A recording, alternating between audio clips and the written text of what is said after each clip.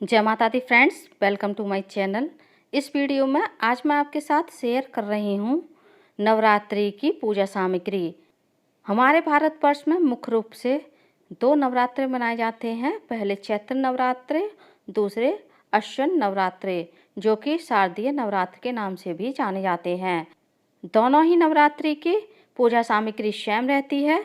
तो चलिए आइए देख लेते हैं हमें पूजा के लिए क्या क्या सामग्री की आवश्यकता पड़ने वाली है।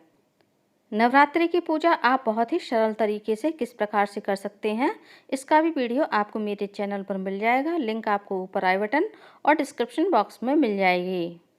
नवरात्रि की पूजा के लिए हमें माता रानी के विग्रह की या फिर फोटो की आवश्यकता होती है। यदि आपके पास इस तरह का माता रानी का विग्रह है तो आप विग्रह रख लीजिए, वरना आप माता रानी की इस तरह की 9 देवी की फ़ोटो भी पूजा में रख सकते हैं। अब हमें चाहिए होगी एक गणेश भगवान की मूर्ति। यदि आपके पास मूर्ति ना हो तो आप सुपारी से भी गणेश जी बना करके पूजा में स्थापित कर सकते हैं। नवरात्रि में माता रानी की 9 दिन के लिए चौकी लगाई जाती है। तो चौकी लगाने के लिए आपको लकड़ी का पाटा या फिर चौकी की आवश्यकता पड़ेगी और उस पर बिछाने के लिए आपको एक लाल कपड़ा भी चाहिए होगा। अब हम कलश स्थापना के लिए एक कलश लेंगे, जो कि आप मिट्टी का, तांबे का या फिर इस तरह का पीतल का कलश भी पूजा के लिए ले सकते हैं। अब हमें चाहिए होगा एक और कलश, जिसमें हम भोग के लिए जल भर कर रखेंगे। जब हम कलश स्थापना करते हैं तो कलश में सबसे पहले गंगा जल डाला जाता है। तो हमने गंगा जल भी ले लिया है। साथ ही हमें एक कलश भरकर शुद्ध जल भी चाहिए होगा कलश स्थापना के लिए। अब हम लेंगे कलश के मुख पर लगाने के लिए आम के पत्ते, क्योंकि हम कलश की स्थापना 9 दिन के लिए करते हैं तो आपको आम के पत्ते लेने चाहिए। पान के पत्ते या फिर अशोक के पत्ते जल्दी सूख जाते हैं।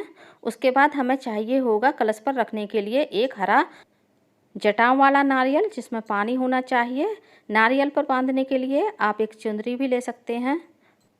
यदि आप अखंड दीपक चलाना चाहते हैं तो आपको पूजा के लिए इस तरह का एक अखंड दीपक भी चाहिए होगा। एक हमें घी का दीपक लेना है आरती करने के लिए। दीपक जलाने के लिए और हवन के लिए हमें चाहिए होगी एक माचिस। पूजा के लिए हमें चाहिए होंगे कुछ फूल और फूल माला। अब हमें लेने हैं भोग के लिए कुछ फल। मैंने केला और सेब लिए हैं। आप किसी भी मौसमी फल का भोग माता रानी को लगा सकते हैं।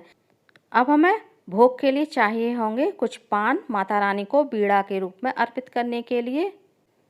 पूजा के लिए हमें चाहिए होंगे कुछ सजी हल्दी, एक सिक्का, सुपारी।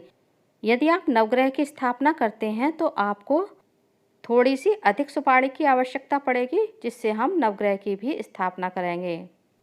अब हम लेंगे इलायची, लौंगें। लौंगें आपको इस तरह की फूल वाली लेनी है, बिना फूल वाली लौंग पूजा में यूज नहीं करते हैं। साथ ही हमें कपूर चाहिए आरती के लिए और हवन के लिए।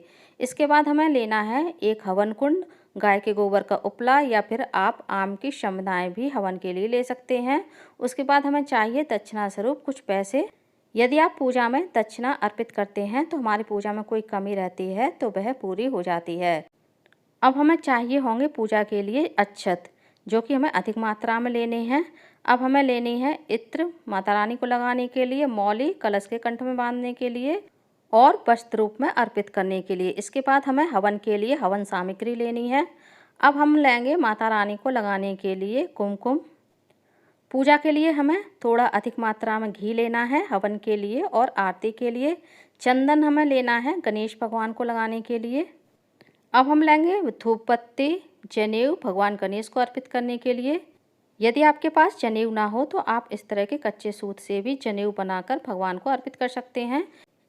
अब हम जवारे बोने के लिए इस तरह का कोई मिट्टी का पात्र ले लेंगे। यदि आपके पास यह मिट्टी का पात्र ना हो तो आप तांबे या पीतल के किसी भी बर्तन में जवारे बो सकते हैं। उसके बाद हमें जवारे बोने के लिए जौ या गेहूं की आवश्यकता होती है। उसके बाद हमें मिट्टी लेनी है जो साफ जगह की हो, जिसे हमें छान करके पूजा में जवारे के लिए तैयार करना होता है। नवरात्रि की पूजा में हमें मावा से बनी मिठाई का भोग माता रानी को लगाना चाहिए। इसके अलावा आप बतासे का और पंचमेवा का भी भोग माता रानी को लगा सकते हैं। गणेश भगवान के लिए हमें लेनी है धूप घास। इसके अलावा यदि आप नवरात्रि में दुर्गा चालीसा या दुर्गा सप्तशती का पाठ करते हैं तो आप दुर्गा सप्तशती और दुर्गा चालीसा की पुस्तक भी पूजा में रख सकते हैं। अब हमें लेनी है माता रानी के लिए 16 श्रृंगार। तो फ्रेंड्स, नवरात्रि की संपूर्ण पूजा सामग्री मैंने आप लोगों के साथ शेयर कर दी है।